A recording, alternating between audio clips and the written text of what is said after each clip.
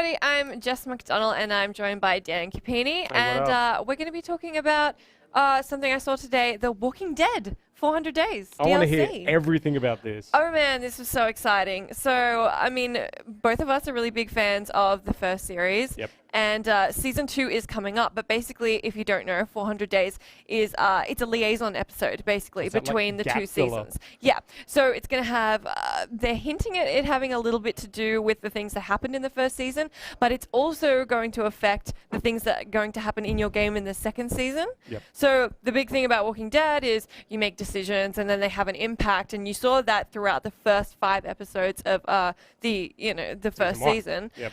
But what we'll see from 400 Days is those decisions from season 1 having an impact in the mini-sode, and then in season 2, the decisions you make throughout season 1 and 400 Days having an impact. So basically, it looks really cool. So wait, I have a quick question. What happens then if you hadn't played season 1 and for whatever reason you missed that boat but you want to jump in at 400 Days? That's okay. It's a standalone? It's standalone. So basically what 400 Days is pretty much the equivalent of one chapter of one of the episodes of the first game. So we're looking at about a 2-hour runtime. Yeah. And it's broken up into 5 different stories with 5 different characters. You can choose which one you want to play when. So they just come up on the screen. There is some nature of chronology, but you don't know what it is. So you basically play through the episodes, and then they'll have a wrap-up at the end that wraps up the decisions you made and, you know, how that's had an impact from the very start of the series.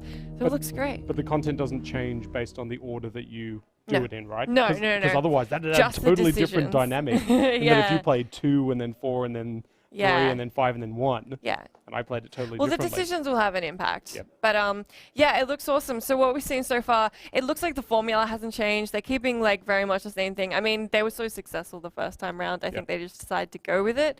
So what we saw was Vincent's story. He was incarcerated on a bus.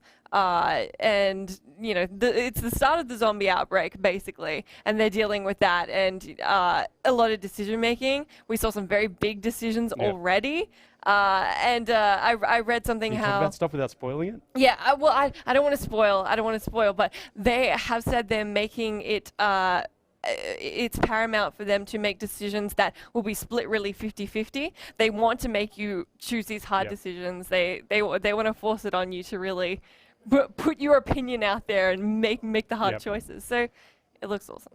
I have a question for you, Yes. Jess McDonald.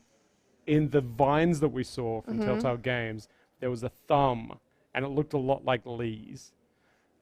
Was there any mention of any of the season 1 characters in 400 Days? They're very cagey about season 1. It sounds like I think we will be seeing someone from season 1, if not a few people, but they haven't said anything specific as yet. Oh man, I can't wait to see more on this. When's it coming out? It's out in July. So it's out in July. Again, the season 1 bundle on Vita will come out with 400 Days in August, if you want to play that as well. But yeah, and should if be you've already great. got season 1 here, it's about $5. That's so right, and it's a $5 DLC, and season 2 will be out later this year as well if you want to get on that. But until then, Telltale, Walking Dead, awesome. Yeah, check out more on GameSpot.com. We've got heaps of live shows, as well as you can tweet us you can use the hashtag GameSpot E3. Sure can. Awesome. Thanks for joining us.